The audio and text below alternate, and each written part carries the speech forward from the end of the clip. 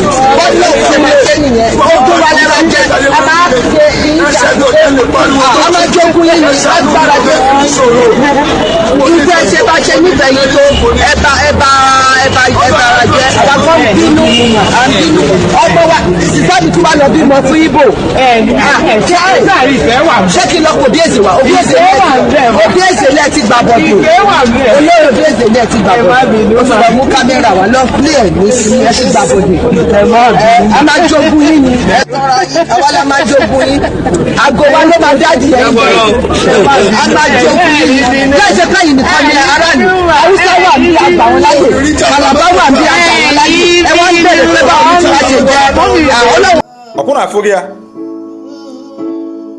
ka m si ghọtadobe vidio anụwa ka m si wee ghọtadobe Yoruba ihe nwaanyị na-asụ na vidio na nwaanyị a na-akọwa dat na after ihe ọma nnefa mechalụ ndị Igbo fọma bụ ndị Yoruba mechalụ ndị Igbo na ndị Igbo ka na-misbehave na for that reason na afa ga-ewokochialụ ihe niile bụ property ndị Igbo nwe na Lagos afa ga-take over all of them.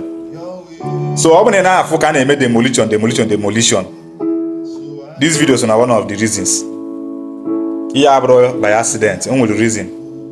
Anyị bụ ndị bụ aka nọkwa na fight Ebuka Obi, anyị fight Amatayas, anyị eme nke a kọluje ebe a. Amebeghị nkata ndị a na-akpa n'isi anyị. Anyị ka nọ na-eche eziyali chado. Wee sị ka m jụọ onye ibia na-agba ọkụ na-achụ nta oke ndị Igbo. Onye ibia na-agba ọkụ ọ na-achụ nta oke, ọ na-achụzi n'oke chọọ na unu ga-esi webinyegoro ọkụ na-agba na be unu ndị Igbo nwee n'uche. Nwee sị ka njụkwa ọzọ, gịnị bụ ihe anwụ chọ ka o mee unu first before na amụta ihe? Kedu ihe anwụ chọ ka ọ bụla ya ga-emegoro ka that sign unu chọrọ ịfụ like ka that sign unu chọrọ inweta before na enwe ike ma na olugo mgbe unu ga-eme akụluo ụlọ? Kedu ihe ahụ chọ ka o megodo unu first before na enwe ma na olugo mgbe unu ga-ebido relocate be back to be nna unu? Kedu ofu ihe ahụ chọ ka o mee azị na achọ m ka m matara sign nchọkọ because ama m na nwebi ihe na-emebe kịta, ama m na everything kwesị ime emego, mana kedu ihe ahụ chọ ka o mee before na enwe ike mmalụ dat na olugo mgbe ọbụla ga-aza afa nna ya? Unu na-eche mgbe gọọmenti Lagos si unu nataba mgbe ya ka unu na-eche? Asị na uche bụkwa na akpa. A na-asụ Igbo si na wisdom is profitable to direct. Ọ na-egosi nke ikpeazụ dat na anyị bụ ndị Igbo na some of us amachara ihe. Yes, sọnsọ ebe anyị madobe ihe bụ na business, but abịa na other things some of us ada use their number 6. Nnamdi Kanu ekwubugo years back na-agwụ nekwa plan ndị a nwe for unu nwa, nekwa plan enwere against ndị Igbo nọ na Lagos, nekwa so and so. But because of Nnamdi Kanu dị ka ọ bụrụ a prophet, ọ bụrụ na a pastor na o buru Bible na ka o jiri microphone, ọ na-awụrụ ihe niile o kwuru hafuo na dustbin. Today what is happening? Since Tinubu ji wee ligote na ọchịchị ya bụ one demolition or the other. Ikpafa Lagos government agwa gị that na this place no block canal. Asị na this place block road. Mgbe na-ajụzi ọsọnsọ ụlọ ndị Igbo bụ ebe ọbụla ihe na block that canal a. Ọsọnsọ ebe ndị Igbo golani bụ ihe na block zi road. Unu afro that no ya na Kanu kwu ka ndị a na-eme nwayọ ihe. So many of you na no insecurity nọ na Southeast Melunje relocate to Lagos. Mwesi ka njụọ ndị Hausa mmadụ one, ndị Fulani mmadụ one jigo maka herdsmen ma bandit ma Boko Haram fan face na ugwu Hausa wee relocate otu Lagos or relocate to Southeast ma relocate to any other region.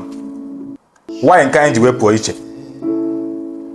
Ya bụ insecurity nwanne unu na-eji aka unu ji enye excuses kemgbe o bidokwa ya bidoro few years ago. Okaligo 4 years now. Even up till now, so many of you are still buying lands. Up till now, so many of you are still building. Wee sị uneke nwezikwara uche. Ndị Hausa na ndị Yoruba na-abịa n'ala Igbo mechaa business ebule ego fa na Yoruba jeme invest. Ndị Hausa ebulu nke fa na ugwu Hausa jeme invest. Mana ụnụ ga na Yoruba mee everything. Emeche ejide akwali ka osie unu na-ebe akwa. Akwali ebia unu ebebe akwa. Amamiyu na-eche ka o megoro unu first before na-enwe ike wee malụ that na olugo mgbe ọbụla ga-ebu akpụ ya, olugo mgbe ọbụla ga-ebudata ihe n'ala Igbo a. Ọ bụrụgodị na egwu na-atụ unu ka unu ga-esi wee handle business unu. Anyị nwere a lot of business areas na Southeast a. Ego Abia State na-ememe na business. Bata Anambra, Ọnịcha na-ememe na business. Ka ihe na-atụ na egwu budata na ngwa afọ na Southeast kamịa osi ike amanọ chipping fee. Ọ bụrụ chipping fee ahụ na-adị na product unu wee na-elesisi ndị mmadụ, anyị ga na-ege ya na ma ya bụ na ndụ unu dị, ma ya bụ na economy na ihe property unu na useless ya. Unu kwesịrị that na agenda dị on ground na bụ agenda to collapse ndị Igbo. Yes. And ọ bụ na anyị mali ihe kịta, anyị need ichekwaba onwe anyị ọfụma. Anyị need ịgba our brother's keeper. Anyị need return home and talk about how to develop our own region. Ihe kwesịrị na think na ihe kwesịrị na-echi anya ụla na bụ na anyị ga-esi develop our own region ka ọ bụrụ envy of others.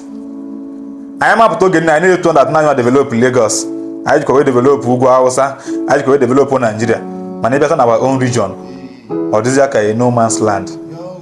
Ịbịata na our own region, even road nkịtị sef anyị nwe ụdị, even ọlụ sef dịzị scarce.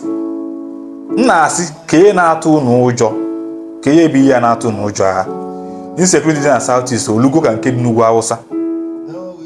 Over 10 years na onwebe any region na Nigeria face go insecurity ndị Hausa face go. How many of them relocate go? How many of them? N'ọlụkwanụ dị asịkwa m bataba n'ọlụkwanụ jisi n'ike. N'ofe na-agwụnụ tata bụ na asị na ekwe ga-emecha kwe nute ekwele.